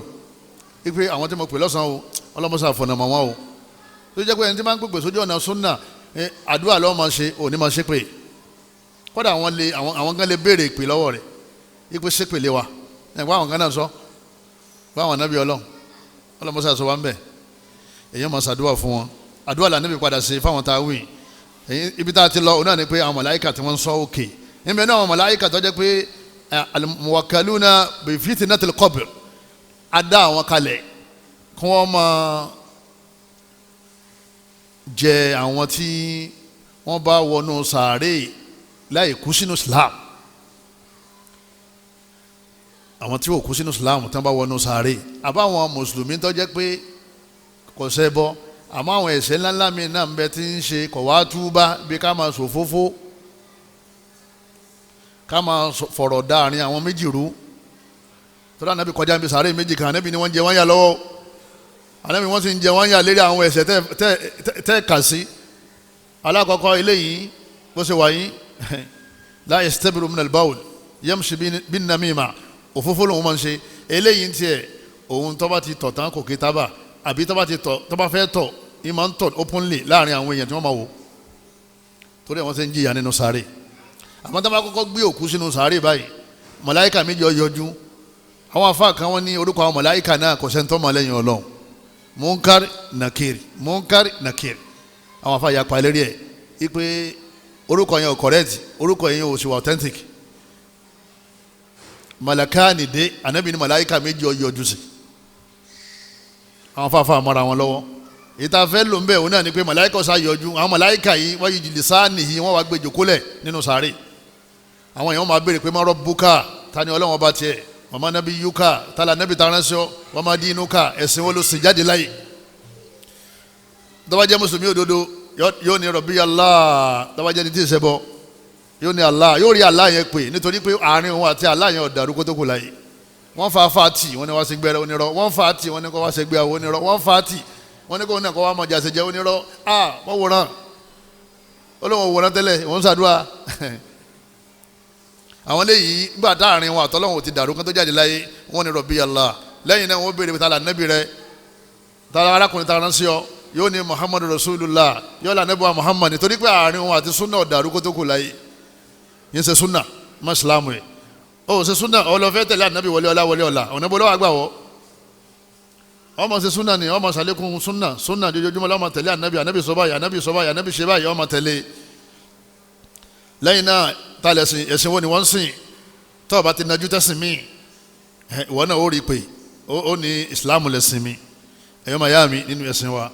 àwọn màláíkà méjèèjì tán bá ti wá béèrè lọ́wọ́ ẹni rẹ̀ tó bá ti dáhùn tán yóò máa bẹ nínú gbádùn, yóò máa bẹ nínú ìdùnnú títí tá yóò fi parẹ́. àmọ́ tí wọ́n bá yọ sí kèfèrí, ẹni tí ń ṣe muslim àbẹ́ni tí ń ṣe islam tí ń ṣe kúfùrù tí ń ṣe kèfèrí, tí wọ́n bá yọ sóhun ta lọ́lọ́wọ́ bá rẹ̀ yóò ní ha ànábì ní tí ó sọ nìyẹn. àwọn afá kan wọ́n ní ahin ní tí ó sọ nìyẹn. kò ní rí yóò ní láàdìrì èmi ọmọ tí mo fẹ́ wì, torí pé àárín òun àtọ́lọ́run ti dàrú láyé. lẹ́yìn náà kò ṣe súnà kó tó kù láyé. lẹ́yìn náà bí islam ní tó ń ṣe ẹ̀sìn ìṣẹ̀ṣe àti ẹ̀sìn àbáláyé wọn àti ẹ̀sìn kìrìsìtánítì ńlọsọ̀rọ̀ alájì ìsìn wa jimá ó tún joyè mọ́sálásí yasúnà. wọ́n láwọn eléyìí ha-in ni wọ́n pariwo. àwọn màláíkà yìí wọ́n wá lù ní òdùrọ̀ wọn látara irin tó tóbi gbáà. àwọn màláíkà tí wọ́n ti sẹ́yìn nìyẹn. àwọn ń retí kálukú wípé máa bá a lọ padà kúnjọ́ kan wọ́n wá pàdé wa. ọlọ́run ti kẹ́ àwọn yẹn sínú sàárè dè ọ́. kọ́lọ́ mọ́sá ìṣàánú ẹni kọ̀ọ̀kan wa kọ́lọ́ fún wa láti bọ̀ tán dáadáa ẹ̀yọ́ mayami nínú ẹ̀sìn wa ń bẹ nínú àwọn màláíkà tó jẹ́ pé Ọlọ́run Ọba Allah ó ní káwọn máa ṣọ́ iná giladun shidadun la ya'suna Allaha ma amarahum wa yaf'aluna ma yumarun Ọlọ́run ya ayyuhalladhina amanu ẹ̀yin olùgbàgbọ́ òdodo qu anfusakum wa ahlikum nara ẹ ṣọ́ra yín o kẹ́ má wọná àtàwọn ọmọ yín àtàwọn fámìlì yín Ọlọ́run wa ní yakudu an-nas wal hijara òkúta àti èèyàn láàmà fi kó náà aleha malaika Ọlọ́run láwọn malaika kan ti wá dúró dè wọ́n bẹ̀ gilatun shidadun àyà wọn fẹ̀ wọ́n nípọn wọ́n sì burú Ọlọ́run dá wọn nítorí àánú la ya'suna Allaha ma amarahum tọ́lọ̀ bá ti ní ẹṣẹ́ báyìí lágbájá ẹ̀dẹ́ ẹ mú wọ́n ní wọn ò ní wẹ̀yìn mọ́ àwọn ewo júyàn ipe ọmọ ta ni ọmọ mínísítà ni ọlọ́mọ gọ́fúnà ni ọmọ àfáà ni òun ni bàbá ànábì Ọlọ́run àwọn ní ànábì Ọlọ́run ló bí tọ́lọ̀ bá ti ní mú àwọn ò ní wẹ̀yìn mọ́ wa yaf'aluna ma yumarun àṣẹ Ọlọ́run àwọn yẹn ń bẹ Ọlọ́run ní wọ́n ń sọ iná ẹ má wọ̀ náà o ẹ ṣọ́ra yín àtàwọn ọmọ yín kẹ́ ẹ má wọ̀ náà kọ́lọ́ mọ́ sí wa lọ́mọ náà eléri wọn òun náà ni Malik àwọn yòókù náà tí wọ́n bá ṣiṣẹ́ àwọn náà pọ̀ ń bẹ̀ torí wọ́n máa de kálukú ní kátó jù náà wọ́n máa de èyàn ní wọ́n wọ́rọ́wọ́rọ́ wọ́n de wọ́n ta kókó ẹ̀ pẹ̀lú àwọn chain tí ì já wọ́n sì wájú sínú náà innaha alayhim mu'sada Ọlọ́run bá ní àtún wá tilẹ̀kùn fún wọn fi amadin mumaddada àtún wá gbé bíríkì àtún gbé àwọn òpó àtún fi dálẹ̀kùn yẹn òpó Ọlọ́run tún fi kankireti tọ̀dọ̀ títí ẹ̀ Ọlọ́run ti fi sẹ́yìn lẹ̀kùn yẹn atẹ́gùn ò ní wọlé wọn ò sì ní jáde abẹ́lẹ́ ọ̀nkọ́ lọ́mọ́sá ìṣàánú ẹni kọ̀ọ̀kan wà o àwọn màláíkà tí wọ́n sọ àlìjánnà ńkọ́ rìdíwánù lọ́gá tí wọ́n rìdíwánù ó kọ́ màláíkà ni rìdíwánù òun náà tún láwọn tí ń bá a ṣiṣẹ́ òun ni ó wà nínú àlìjánnà tí wọ́n máa pé ẹ káàbọ̀ wa jazahum bima sabaru jannatan wa harira salamun qawlan min rabbir rahim ẹ káàbọ̀ bọ́lá ń ṣe ń kí ń pẹ́ káàbọ̀ làwọn màláíkà náà ní ẹ káàbọ̀ ẹ kú sùúrù ẹ kú farada ẹ kú gbàmọ́ra ẹ kú bàdà ẹ kú sàrà ẹ kú sẹ́rẹ̀ ẹ máa wá wọlé ọlọ́mọṣà fèmí àti ẹ̀sìn àwọn tó wà lí janna ọlọ́mọdé àwọn náà kátó wà lí janna o ẹ̀yọ́ mayami eléyìí ní sókì nípa ìròyìn àwọn màláíkà nínú al-Qur'an Karim àti sunna nabi wa Muhammad sallallahu alayhi wa sallam al-asatiru wal-akathibu wal-aqaidu al-batila fil malaika nílẹ̀ Yorùbá tá a wá wà yìí ọ̀pọ̀lọpọ̀ àwọn àdáparọ́ kan bẹ tí wọ́n ti kọ sínú tírà àwọn tírà àjàntì èlé àwọn tírà tí ò sí Ọlọ́run sọ ànábì sọ ń bẹ tí wọ́n sì ń sọ fún wa yìí pé ìgbàgbọ́ yìí náà a gbọ́dọ̀ gbàgbọ́ nípa àwọn màláíkà àwọn àjàntì èlé yẹn pọ̀ rẹpẹtẹ táwa náà ti believe nínú ẹ̀ wọ́n ní àwọn kan sọ pé ẹni bá já rùngbọ̀n kan nínú rùngbọ̀n rẹ̀ ó ti já màláíkà kan bọ́lẹ̀ ẹ̀rí ṣe Ọlọ́run pé màláíkà ní rùngbọ̀n wọ́n láwọn fi ń dẹ́rù bà wọn tí wọ́n ń já rùngbọ̀n ká má bàa máa já irùngbọ̀n ẹ má sọ̀sọ́ kú sọ mọ́ ẹ kúkú máa sọ pé ànábì ní àfùlẹ̀ ha ànábì ní ẹ máa dárùngbọ̀n sí wàkọ́sọ ṣàwárí ẹ máa gérun mú khaliful mushrikin ẹ yapa àwọn ẹlẹ́bọ ní máa ń dárun mú sí èèyàn máa gé àwọn ẹlẹ́bọ ní máa ń fa irùngbọ̀n èèyàn fi irùngbọ̀n lẹ̀ ẹ jẹ́ àkókò àdìsí tọ́lá làáfíà ká má máa pa irọ́ mọ́ ipe afẹ́ fi encourage àwọn èèyàn kan lè máa dárùngbọ̀n sí wọ́n ní màláíkà kan lọ́bọ̀ ọlẹ́wọ̀n bọ́bá wá fà gbogbo irùngbọ̀n màláíkà ti tán ni ọlọ́mọṣà sọ wá bí aburú àwọn àlọ́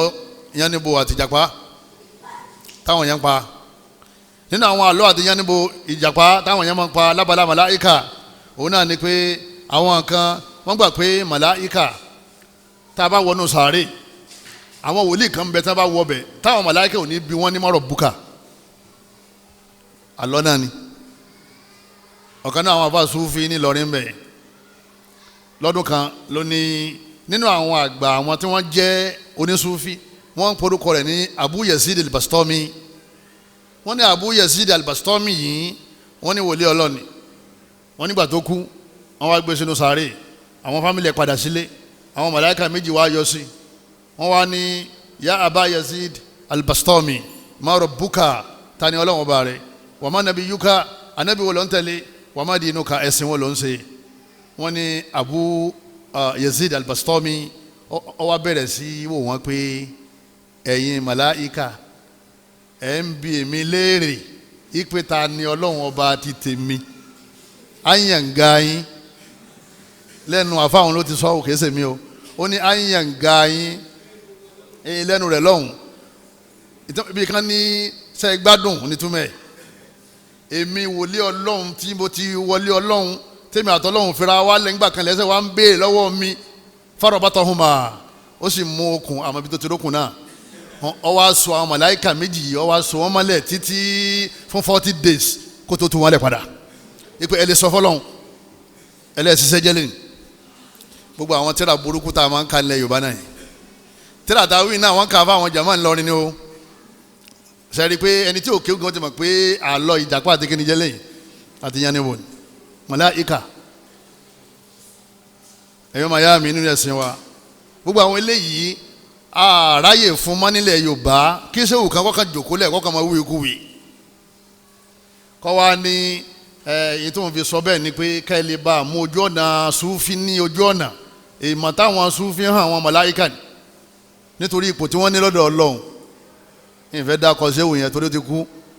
àṣẹ mọ́ bó ṣe kú àmọ́ tó bá kú bóyá ti túbá àmọ́ tó sọ là ń ṣe kí ni ìlà ń sọ ìròrí yẹn sì tún bẹ lọ́dọ̀ ẹlòmíì náà yìí pé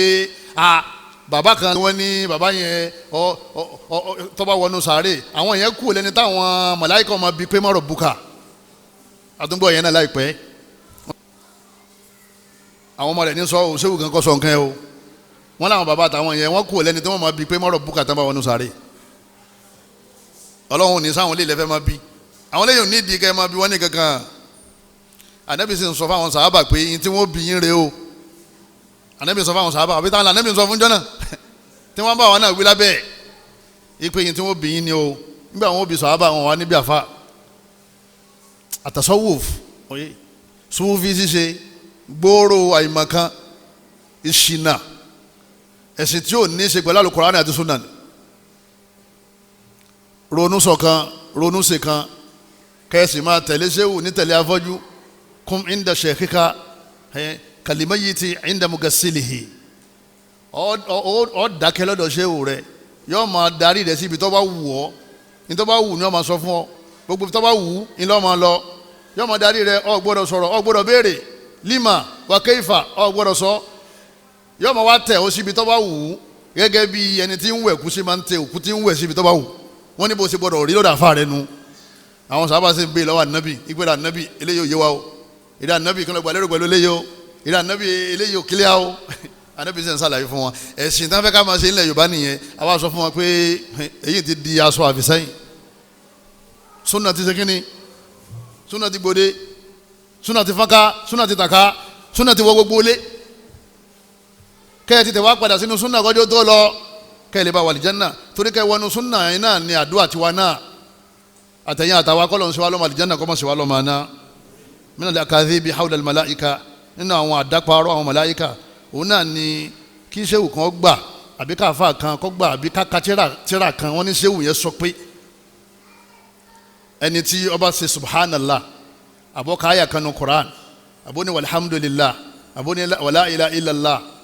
bó ṣe wí jáde yẹn ìmálẹ̀ kan ti jáde lẹ́nu ẹ̀ ìmálẹ̀ yẹn ń sọ tán báyìí ìmálẹ̀ yẹn ó kàn yíra padà yóò kàn di màláíkà ọ̀rọ̀ yẹn ti wá tipẹ́ àmọ́ laysa alayhi dalil min al-kitabi wa sunnah àmọ́ Ọlọ́run ọ̀sọ́ ànábì ọ̀sọ́ nígbà Ọlọ́run ti sọ ànábì ọ̀sọ́ yẹn bó láṣẹ jàmbá apàtì tó bá ti dọ́rọ̀ ẹ̀sìn ẹ̀rí lákọ̀ọ́kọ́ rí ká tó máa ṣe tó bá ti dọ́rọ̀ ìgbàgbọ́ amúrúngẹ̀ ìbí ọ̀rọ̀ kọ̀kọ̀ tó jẹ́ pé bí ìmọ̀lẹ́ ẹ̀sìn di màláíkà èyí tó láwọn bá aláàgán tó dá àwọn màláíkà nínú ẹ̀ sáàmọ̀ bí ìmọ̀lẹ́ náà ṣe rí àmọ́ èyí tó jáde lẹ́nu tiẹ̀ náà sọmọ bó ṣe rí sórí ìmọ̀lẹ́ nígbà tí ń jáde tó fi wá mọ̀gbà tó yí padà tó di màláíkà ló sì jẹ́ pé téèyàn bá sọ pé tá a bá ti subhanallah walhamdulillah aka Quran nígbà tí sọ́hun tí mọ́lẹ̀ ti jáde lẹ́nu wa yẹn àti di adẹ́dà màláìka, àwa là ń dá màláìka, ọlọ́run ò dá màláìka mọ́, àwa lókùtà ń dá màláìka. ọ̀rọ̀ yẹn ò correct. alákọ̀ọ́kọ́ ni pé kò sí ní tá a lè dá, makhlukum la yakhluqu abada, ẹni tí wọ́n dá ò lè dá kankan. nítorí wà ní Qur'ani nìyẹn. Allah subhanahu wa ta'ala, ọlọ́run bá aláwo ní wa khalaqa kulla shay'in faqaddarahu taqdira. ọlọ́run bá ní ọba yín ló dá gbogbo nǹkan, kulla shay, màláìka ti wà ń bẹ̀, àlìjànnú ti wà ń bẹ̀. ọlọ́run bá aláwo dá gbogbo nǹkan, ó sì lè kádàrá rẹ̀ máa la. lẹ́yìn ọlọ́run ní hal min khaliqin ghayrullah, ọlọ́run bá ní sẹ́nìkan bẹ tó tún lè dẹ́dà bẹ́ẹ̀ mi ọlọ́run sí ń dẹ́dà, kò sẹ́ni tó lè dá nǹkan kan lẹ́yìn mi ọlọ́run. ọlọ́run tún sọ nínú àyà mi, ọlọ́run bá ní wallahu khalaqakum wa ma ta'malun, òun lòun dá yín, gbogbo ń tẹ̀ ń ṣe pátá ọlọ́run lòun dá gbogbo ẹ̀. kò sí nǹkan kan nílé ayé yìí àfi kọ́ dépọ́ lọ́dà. al-khaliqu bayinu an khaliqihi, ọlọ́run wà lọ́tọ̀, gbogbo ń tọ́da ọ wà lọ́tọ̀ ni. al-khaliqu ni Allah, al-makhluqun ni gbogbo ń tọ́lọ̀ ń dá. nínú àwọn makhluqun ń tọ́lọ̀ ń dá yìí àwọn màláìka jẹ́ kan bẹ́ẹ̀. ọlọ́run nìkan ní dá màláìka, àwọn ẹ̀dá àlè dá màláìka. káwá gba àwọn màláìka yìí tá a bá ti wá dá wọn tán wọ́n máa wá sìn wá. àwọn màláìka la ya'buduna ghayra Allah, wọ́n yé sin ẹlòmíì àfi ọlọ́run Allah subhanahu wa ta'ala. ọlọ́run yóò dá ọ̀rọ̀ àwọn Sufi ni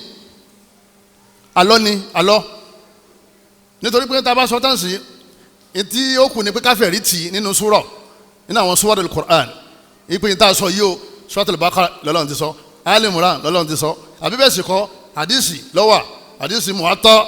ẹjá wo Buhari, ẹjá wo hadisi Sahih al-Bukhari wa Muslim, àárín bẹ́ẹ̀. Laysa lahu mustanad, kò sí ìtàlégbára lé tàbí sọ̀rọ̀ ẹ̀, gbogbo tó bá ti jọ́rọ̀ kọ̀kọ̀ ẹjá filẹ̀ fọlọ́run Allah subhanahu wa ta'ala. ọlọ́run bá Allah ló dá àwọn màláìka, àwọn màláìka sì ni wọ́n yé sẹ́ni kankan, ọlọ́run ni wọ́n máa ń ṣe kíni, òun náà ni wọ́n máa ń sìn, kìí ṣe rẹ̀ wọ́n yé sùn, wọ́n yé jẹ, wọ́n yé mu. àmọ́ bí tí ọ̀rọ̀ wà ní pé ǹjẹ́ àwọn màláìka kan bẹ tí wọ́n máa ń ṣọ́ wa, àti sọ kọjá ipe ọlọ́run dá àwọn màláìka kan tó jẹ́ pé wọ́n máa ń ṣe kíni, wọ́n máa ń ṣọ́ wa. wọ́n ṣọ́ wa yìí kìí ṣe pàwọ́ la rọ̀ wọ́n kàn máa ń ṣọ́ wa. yahfazunana bi amri minallah, àṣẹ látọ̀dọ̀ ọlọ́run ọba ni ọlọ́run ni wọ́n ń tẹ̀lé kíṣà wa, torí àwọn ká dá wọn, Allah ló dá wọn, Allah tó dá wọn ẹnìkan ní máa ń pa wọn láṣẹ ipe ẹ máa ṣọ́ wọn, ẹ máa ṣọ́ wọn, ẹ máa jaburú sọ àwọn ẹ̀dá mi lérí ilẹ̀. kódà àwọn kan bẹ tí wọ́n máa tọrọ àforíjì fún ojoojúmọ́ ní àwọn màláìka, àmọ́ olùwàgbé òdodo ni o. yastaghfiruna lilladhina amanu, lágbájá wọn ní kò ṣẹbọ mọ́, wọn lágbájá ó ti kó láàfẹ́ lẹ́bọ, wọn ní kò ṣe jálàbí ògùn mọ́, wọn ní bó ṣe wà yẹn kódà ó ti túbá, wọn ní òsín gbẹrẹ mọ́, wọn ní kò bá ń de nǹkan sí di mọ́, àwọn màláìka máa tọrọ àforíjì fún nígbà tó ti gbọ́ Ọlọ́run nìkan gbọ́. ẹ̀yọ́ màyá mi nínú ẹ̀sìn wa, káwa ní ìmálẹ̀ tó jáde lẹ́nu wa ń dẹ̀dá, nígbà tí ó yí padà sáré màláìka yẹn ti lọ wájú wa báyìí, ìdẹ́yìn ò rí, bó ló ti máa sọ fún wa pé nǹkan kan ṣẹlẹ̀ tó sì rí, tó bá sì jẹ́ pé wọ́n bá ń rí ni àkàn sọ fún ọyá ẹ bá wa ṣe subhanallah kẹsì mú màláìka kẹmú kalẹ̀ kárí, yóò nìyàn sẹ́yìn máa wá rí màláìka yẹn ò lè rí, ìyẹn bó lè ń ṣe àmọ̀ kó dẹ̀dá, bó lè ṣe mọ̀ pé ìmọ̀lẹ̀ yẹn dẹ̀dá nígbà tẹ́ ẹ̀ rí. látúrọ̀ ní màláìka, ayé rí màláìka, ìyẹn tẹ̀yìn bá lè yẹn máa ń believe, àti tọ́lọ́wọ́n bá sọ fún wa yí pé kíní yìí ń bẹ nígbà tá a ti rẹ́ nínú Kùránì yẹn, àbá máa rí a believe ẹ̀, ìyà sàré wà a believe ẹ̀, màláìka wà a believe ẹ̀. gbogbo tálẹ̀ Kùránì bá sọ fún wa tí a rí a believe ẹ̀, nítorí pé ẹ̀sìn Islam ẹ̀sìn tó clear ni. al-Islam qala Allahu wa qala rasuluhu, ọlọ́run sọ ànábì sọ, especially tó bá jẹ́ ọ̀rọ̀ kọ̀kọ̀ a mú tẹ́kìsì wá ni ipe ọlọ́run sọ báyìí ànábì sọ báyìí, kì í ṣe pé a kàn gbogbo wọn láwọn àfa kan, wọn ní Abu Yazid Bastami ọ̀rọ̀ àwọn lókun nínú sáré, ẹ̀sìn wa méje ó di ẹ̀sìn Nasara, àwọn Nasara àwọn alátẹ̀wọ́ tẹ́ bá níta lọ́lọ́run yóò ní Jésù ni, ta ni Mariam Mary yóò ní ya Jésù, bóun Jésù ṣe jẹ́ Olúwa rán sí wa, táwa tó lọ́lọ́run yóò ní Jésù náà tó ni,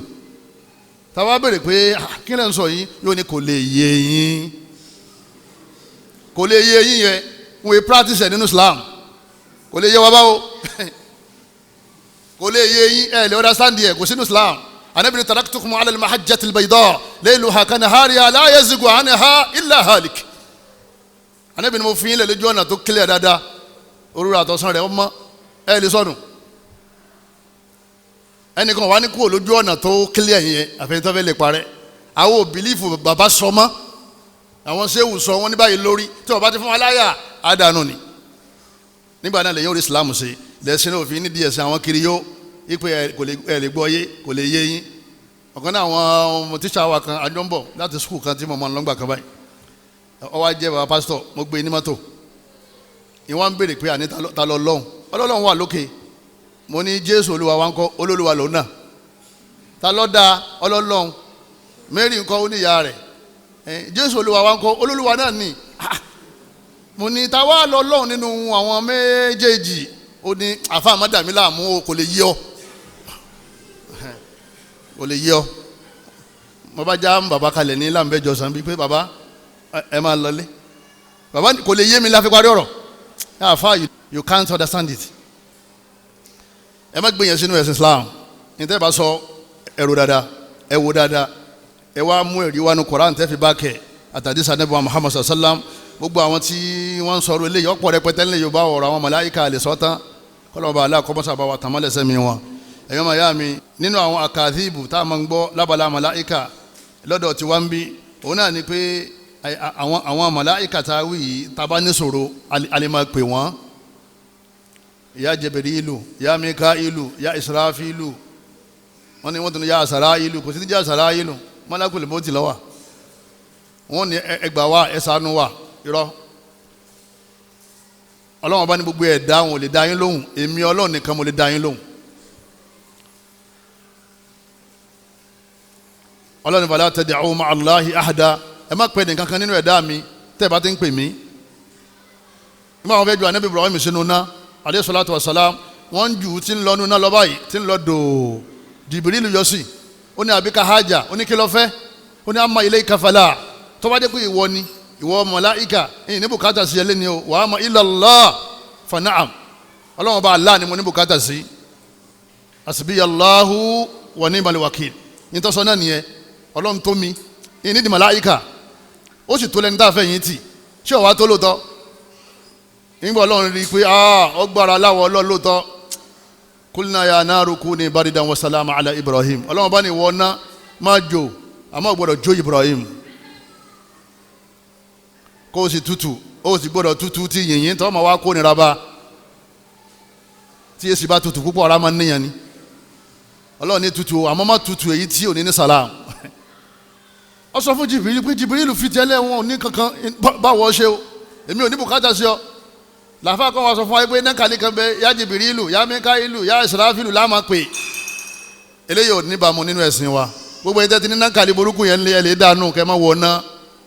Jibrilu ní kankan tó lè ṣe lé ayé yín Ọlọ́run kọ kádàrá ó tó kọ ti Jibrilu náà bí ó ṣe rìnrìn àjò rẹ̀ tó bá padà yá yọ pa gbogbo ayé yọ pa Jibrilu yọ pa màláíkà tí ń pa àyàn yọ wá sẹ́kù Allah nìkan ọ̀dọ̀ Allah yẹn làwọn tàfà sí la fi ń pè yín pé gbogbo ẹ̀yin tẹ́ jẹ́ mùsùlùmí ilẹ̀ Yorùbá ẹ padà sọ́dọ̀ Allah ẹ kú lẹ́yìn ìgbín ẹ kú lẹ́yìn adìẹ rànà ẹ kú lẹ́yìn òrùkọ dúdú ẹ kú lọ́dọ̀ àfẹ́ ẹlẹ́bọ ẹ gbọ́dọ̀ Allah lọ yín tẹ́ ń wá yẹn ẹ bá ń bẹ̀ Ọlọ́run nìkan tó hasbunallahu wa ni'mal wakil eléyìí ó wà nínú àwọn ntí ọ̀dà alábala màláìka máa jẹ́ bẹ́ẹ̀ má jẹ́ má kò sí lọ́wọ́ màláìka fa idha qada amra fa innama yaqulu lahu kun fayakun Ọlọ́run tí kankan bá fẹ́ ṣẹlẹ̀ lérí ilẹ̀ èmi nìkan ní sọ pé kún yóò sì máa fayakun ni máa jẹ́ bẹ́ẹ̀ yóò sì máa jẹ́ bẹ́ẹ̀ kọ̀ọ̀kan màláíkà nídìí bẹ́ẹ̀ ẹnì kọ̀ọ̀kan wa ẹ̀já lè túbá lọ́dọ̀ Ọlọ́run ọba wa nínú àwọn àyà tọ́lọ́run ọba aláàjì ó yẹ wáyé pé màláíkà ọ̀lẹ́ni Ọlọ́run ọba ní lan yastankifa al-masihu an yakuna abdan lillah Ànábì Ìsá tí wọ́n ń gbé gẹ̀gẹ̀ tí wọ́n sọ̀dọ̀ Ọlọ́run ọba yẹn Ọlọ́run ọba ní la yastankifa al-masihu an yakuna abdan lillah Ìsá ò jẹ́ kankan àfi kó máa jẹ́ irúfẹ́ mi Ọlọ́run Ìsá Ọlọ́run ní mọ̀sẹ́ jẹ́ǹpẹ̀ ní Jésù Ọlọ́run bá ní kò gbọdọ̀ jẹ́ kankan àbí kó máa jẹ́ irúfẹ́ mi Ọlọ́run ìtẹ́ mi sì ń ṣe ẹrú mi ò lè ṣe Ọlọ́run ní walal malaikatul muqarrabun walal malaikatul muqarrabun Ọlọ́run ní gbogbo àwọn màláíkà tí wọ́n súnmọ́ mi pẹ́kípẹ́kípẹ́kí torí wọ́n tún súnmọ́ Ọlọ́run ọba jura wọn lọ àwọn màláíkà tá a dọ́kọ̀ yìí àwọn tó lọ́lẹ́jà àwọn màláíkà mi lọ Ọlọ́run láwọn tó súnmọ́ mi pẹ́kípẹ́kí nínú wọn gan-an ẹrú èmi ni wọ́n ń jẹ́ kò sí tí wọ́n lè ṣe wọ́n bá búbú fèmí Ọlọ́run. Suratu Nisa àyá 172. ẹ̀yọ́ mayami nínú ẹ̀sìn wa ẹjẹ́ àtúbà lọ́dọ̀ Ọlọ́run ọba wa. àwọn kan wa máa sọ̀sọ́kú sọ wọn ní màláíkà làwọn ọmọ obìnrin Ọlọ́run bá ní asfakum rabbukum bil banin. sẹ́ẹ̀rù pé ẹ̀yin kèfèrí tẹ́ ń fi màláíkà tẹ́ fi ń ṣe ọmọ fèmí Ọlọ́run wípé àwọn ọmọ obìnrin tèmi Ọlọ́run bí ẹ̀yin lẹ wá lọkùnrin àbí ẹ̀yin mọ dá ọkùnrin fún. wattakhadha minal malaikati inatha èmi Ọlọ́run ọba mọ mẹ́yìn lọ́mọ ọkùnrin ẹ̀yin kèfèrí yín wàá mú àwọn màláíkà ní ọmọ obìnrin àbí. innakum latakuluna qawlan azima ọ̀rọ̀ tẹ́ sọ yẹn ọ̀rọ̀ yẹn tóbi jẹ́nu yín lọ. kẹ́ máa fi màláíkà kẹ́ máa fi ti sọ́dọ̀ Ọlọ́run pé ọmọ obìnrin Ọlọ́run ni. samaratul imani bil malaika níparí kí làwọn èdè téèyàn jẹ téèyàn bá nígbàgbọ́ pẹ̀lú àwọn màláíkà ìpè wọ́n wà ẹrú Ọlọ́run bá ní wọ́n ń sàfọ̀mọ́ fọlọ́run Ọlọ́run rán wọn ṣẹ́ Ọlọ́run fi wọ́n tì wá Ọlọ́run fi wọ́n sọ wá. wọ́n ní kọ́lá tó bá fẹ́ sùn lálẹ́ tó bá ka kùrìsí ẹyọ kan Ọlọ́run gbé màláíkà kan nàró tí ó dùn nígbèrè rẹ̀ tẹ́lẹ̀ òfin ma tí wọ́n máa sọ tábúrú kan ò ní sí ọ tẹ́lẹ̀ òfin ma kùrìsí ẹyọ kan ni wọ́n kà Ọlọ́run wa ní màláíkà kan ó dúró nígbèrè rẹ̀. alákọ̀ọ́kọ́ náà àǹfààní tá a jẹ òun náà ni pé a mọ̀ títóbi Ọlọ́run ọba nígbà táwọn màláíkà wa tó báyìí Ọlọ́run ọba aláàtọ̀ wa dá wọn bó ló tó. lẹ́yìn náà a mọ̀ pàtàkì pé gbogbo tọ́lọ́run dá ní sin Ọlọ́run gbogbo tọ́lọ́run dá pátá òun ní ń jẹ́ ẹrú fọ́lọ́run. àwọn màláíkà náà bẹ́ẹ̀ ṣe tóbi tó yẹn náà àwọn náà kú ní ipò ẹrú wọn ò sì lè ṣe nǹkan kan. lẹ́yìn náà a tún jọ dá wa lójú pé ẹ̀dá kan ẹ̀dá màláíkà torí pé ìwọ lágbára tó lè fi dá màláíkà. Ọlọ́run ọba Allah òun ló dá màláíkà òun náà ló sì rán wọn ṣẹ́ wọn èsì jíṣẹ́ fẹ́ nìkan kan àfọlọ́run ọba Allah subhanahu wa ta'ala. lẹ́yìn náà yóò jẹ́ àmà dúpẹ́ pé Ọlọ́run ọba yan àwọn màláíkà kan tí wọ́n máa ṣọ́ wa wọ́n sì yọ àwọn kan tí wọ́n dé pé wọ́n máa kọ iṣẹ́ wa lẹ̀ kọ́dà níjọ́ jímọ̀ wọ́n láwọn màláíkà kan dúró ní ojú ọ̀nà mọ́sálásí jímọ̀ gbogbo mọ́sálásí jímọ̀ pátá ẹni bá kọ́kọ́ dé wọ́n máa kọ́ ládàá lẹ̀ fún ẹni tó gba ládàá ràkúnmí ẹni tó gba ti màálù ẹni tó gba ti ewúrẹ́ ẹni tó gba ta díẹ̀ ẹni tó gba tẹyin ìwọ tó bá ti pẹ́ dé jímọ̀ tí màmú bá ti wá dìde kí ló gbà wọn ẹyin ẹ́ẹ̀gì ló gbà ẹyin ló gbà wọn wá wọ ẹni tó gba ládàá ràkúnmí ṣé bákan náà lọ́rọ̀ yóò ṣe níjọ́ àlùkìyámà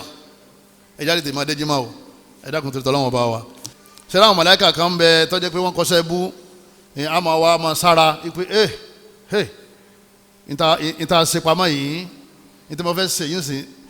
tí Ọlọ́run rí mi màláíkà tó ní kọ́ ọmọ sọ́mi náà rí mi wọ́n sì kọ́lẹ̀ ní má sì ti kọ́lẹ̀ báwọn wọ́n gbé wájú àlìkìyàmà yóò wá jẹ́ okùnfà yà èèyàn bá filẹ̀ pé màláíkà mọ́ kọ́ ilé yọ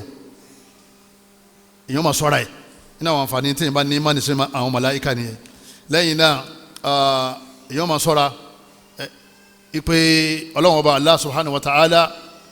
ó dá àwọn màláíkà tí wọ́n ń sìn gbogbo ìta wa ń sìn yẹn àwọ̀ jẹ àwọ̀ ajíjẹ lọ àwọ̀ amúmu lọ àásùn ìjọsìn wa kéré gan la yatakabbaru al-ibad ẹrú kan ò ní ṣe ìbádà àtàkọ́ wa máa ṣe báyìí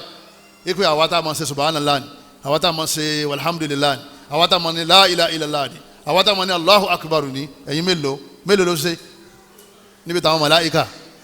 táwọn ò sinmi rí wọ́n lè tó rùkú fá lájọ́ lọ́n ti dáa kò ní sí rí èyí tó fẹ́rí kanlẹ̀ ní sáà kò ní sí rí pákẹ́ táyé parẹ́ àwọn tí wọ́n wọ al-Baytul Ma'mur wọ́n máa jáde wọ́n máa wọlé gbogbo àwọn ẹ̀dá Ọlọ́run pátá tó jẹ́ màláíkà àfọmọ́ Ọlọ́run ni wọ́n máa ń ṣe wọ́n sì máa ń jíṣẹ́ fọ́lọ́run ìwọ máa ń kọ́tọ́ Ọlọ́run ìwọ náà máa pé wọ́n máa ń kọ́tọ́ Ọlọ́run tó rí pé èyí tí mo ṣe yọ̀ọ̀dà màláíkà ò rí bẹ́ẹ̀ àwọn iṣẹ́ Ọlọ́run prógámù àwọn lérí dáadáa ni yóò jẹ́ kó lè gbà pé àwọn ẹlẹ́sìn tí wọ́n ń sin Ọlọ́run tọ́lọ́run sì ní tí èṣe náà o tàwọn màláíkà tàwí náà Ọlọ́run ní tí èṣe o mo wá bẹ̀ lọ́hùn fẹ́ni kọ̀ọ̀kan wa kọ́lọ́mọ́sá ṣe wá lẹ́lẹ́sìn kọ́lọ́mọ́ ṣe wá lẹ́lẹ́sìn ọ̀rọ̀ màláíkà kọ́lọ́mọ́jọ́ ó dàrú mọ́ wa lọ́wọ́ kọ́lọ́mọ́ ṣe wá lẹ́ni rẹ̀ gbogbo àwọn tọ́lọ̀ màláíkà dàrú mọ́ lọ́wọ́ kọ́lọ́mọ́ bá tàmálẹ̀ sọ́kàn wọn kọ́lọ́mọ́ bá aláàkófẹ́ ẹ̀sìn wáyé wọn. sunna yal muttaba sunna là ń tẹ̀lé o gbogbo tó bá ti fẹ́ ṣe inú ẹ̀sìn wa sunna ni kò máa wá bó la nábì wí bó la nábì ṣe bó la nábì ṣe ni a ṣe tóró náà ni sirata mustaqim ojú ọ̀nà tọ́tọ́ al-bid'ah àdádálẹ̀ wal-mubtadi'in àtàwọn tí wọ́n ń dá àdádálẹ̀ lẹ̀ ibta'idu anhum ẹ jìnnà sí wọn ẹ má gbọ́rọ̀ wọn ẹ má wà má lọ́dọ̀ wọn nítorí pé wọ́n dà yín lóporu ní tó ti jẹ́ òdodo wọ́n sọ dirọ́ irọ́ wọn pọ́nrọ́ wọ́n sọ òdodo mọ́ yín lọ́wọ́ látara bẹ́ẹ̀ èèyàn wà lọ́lẹ̀ wọná ọlọ́run kọ́lọ́n musa wọlé àánú ẹ̀ àtàwọn kọ́lọ́n bàálà kó sí wa ojú wa kó jáde lódodo kọ́lọ́n jáde tẹ̀lé kọ́lọ́n fẹ́ràn hàn wá kọ́lọ́n jáde jìnnà sí rọ́ fastaghfirullaha innahu huwal ghafurur rahim سبحانك اللهم وبحمدك أشهد أن لا إله إلا أنت أستغفرك وأتوب إليك والسلام عليكم ورحمة الله وبركاته. ما يفتح الله للناس من رحمة فلا ممسك لها وما يمسك فلا مرسل له من بعده وهو العزيز الحكيم. يا أيها الناس اذكروا نعمة الله عليكم هل من خالق غير الله يرزقكم من السماء والأرض لا إله إلا هو فأنى تؤفكون. وإن يكذبوك فقد كذبت رسل من قبلك وإلى الله ترجع الأمور. يا أيها الناس إن وعد الله حق فلا تغرنكم الحياة الدنيا ولا يغرنكم بالله الغرور.